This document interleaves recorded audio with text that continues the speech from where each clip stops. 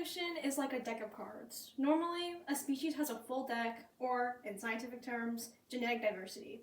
But something externally happens that shifts the amount in the deck, and only a few cards are left. From this point on, every new shuffle or generation comes from these remaining cards. This is called the bottleneck effect. The bottleneck effect changes the genetic makeup of a species and exposes it to a greater risk of extinction. It is an overlooked consequence of environmental and human disasters that have caused near extinction to animals that play a crucial role in regulating ecosystems. I've learned about biological processes included but not limited to the bottleneck effect since sophomore year of my high school.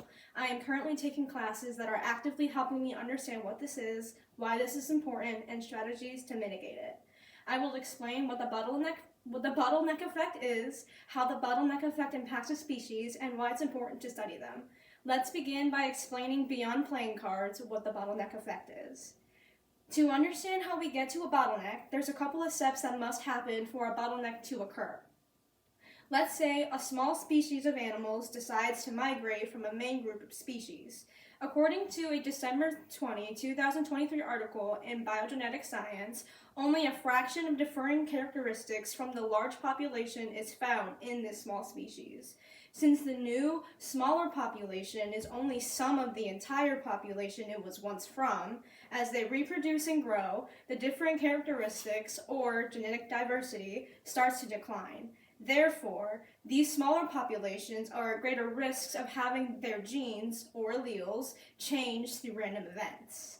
According to a 2021 article in Khan Academy, the process of a population's genes changing due to random events is called genetic drift, which can lead to changes in allele frequencies. Thus, the bottleneck effect is a type of genetic drift. Particularly, it happens when a population size is reduced for at least one generation due to either environmental or human effects. Now that we understand what the bottleneck effect is, let's look at how it impacts a species' ability to survive. The bottleneck effect has long-term effects on a species that can inhibit their ability to adapt to new changes in their environment because the genetic variation that occurred throughout generations would have happened before that change occurred. When the population shrinks, most of that diversity is lost, so many alleles that could have helped them survive in the future are now gone. For example, according to an October 18, 2022 blog in Londolozi, cheetahs underwent a bottleneck about 10,000 years ago when they went extinct in North America and Europe. Only a small surviving part of the population in Asian and African populations survived.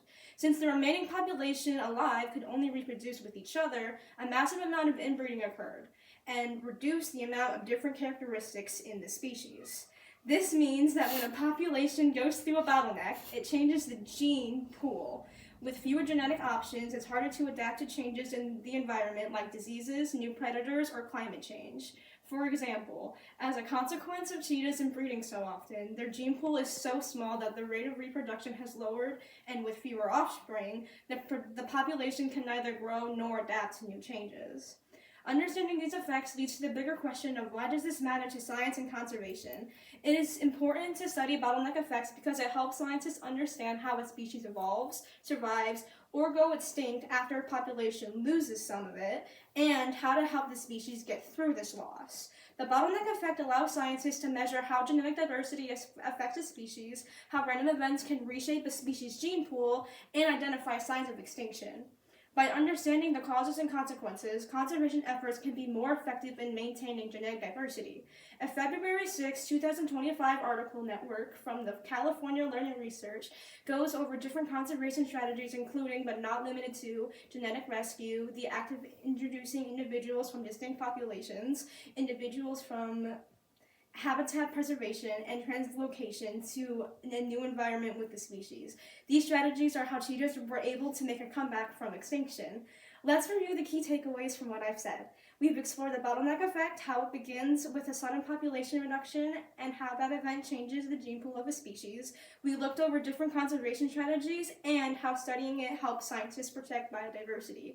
The bottleneck effect is more than just a biological term. It is a process that shapes the future of species on Earth. When populations lose individuality, they lose the flexibility to adapt, which leaves them vulnerable for extinction.